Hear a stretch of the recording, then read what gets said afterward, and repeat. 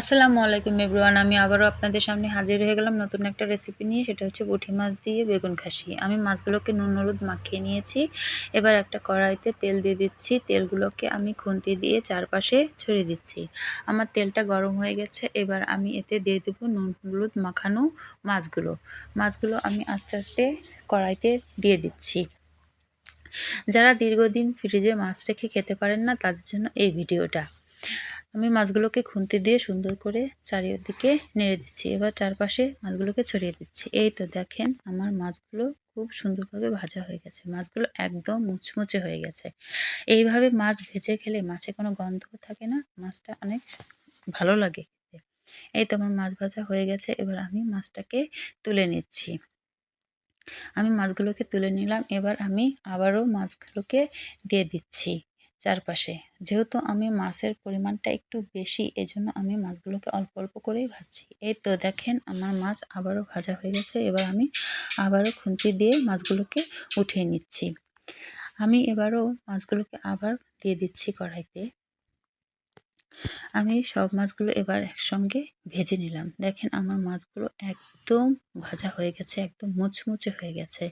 এবার আমি মাছগুলোকে নামিয়ে নিব। আমি মাছগুলোকে নামিয়ে নিচ্ছি।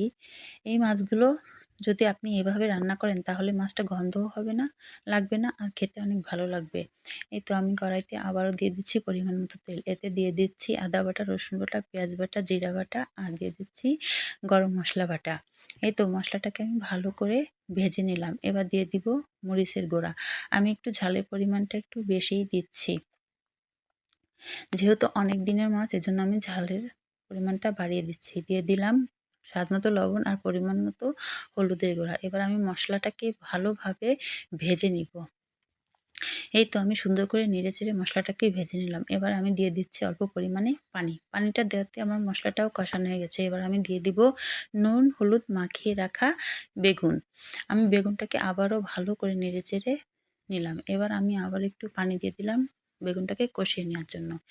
এই তো আমার বেগুন কষানো হয়ে গেছে। এবার আমি এর ভিতরে দিয়ে দেব মাছগুলো। দেখেন আমি মাছগুলো দিয়ে সুন্দর করে নেড়েচেড়ে নিচ্ছি।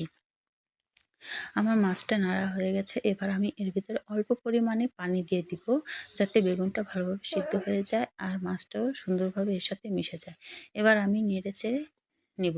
এই দেখেন আমার মাছটা একদম রান্না হয়ে গেছে, সুন্দর হয়ে সিদ্ধ হয়ে গেছে। এবার আমি আবারও এই মাছটাকে নেড়েচেড়ে নামিয়ে নিব। এই তো আমার রান্না হয়ে গেছে, এটাকে আমি নামিয়ে নিচ্ছি। আমার ভিডিওটা যদি আপনাদের কাছে ভালো লেগে থাকে, তাহলে প্লিজ আমাদের সাথেই থাকুন আর আমার চ্যানেলটিকে শেয়ার করে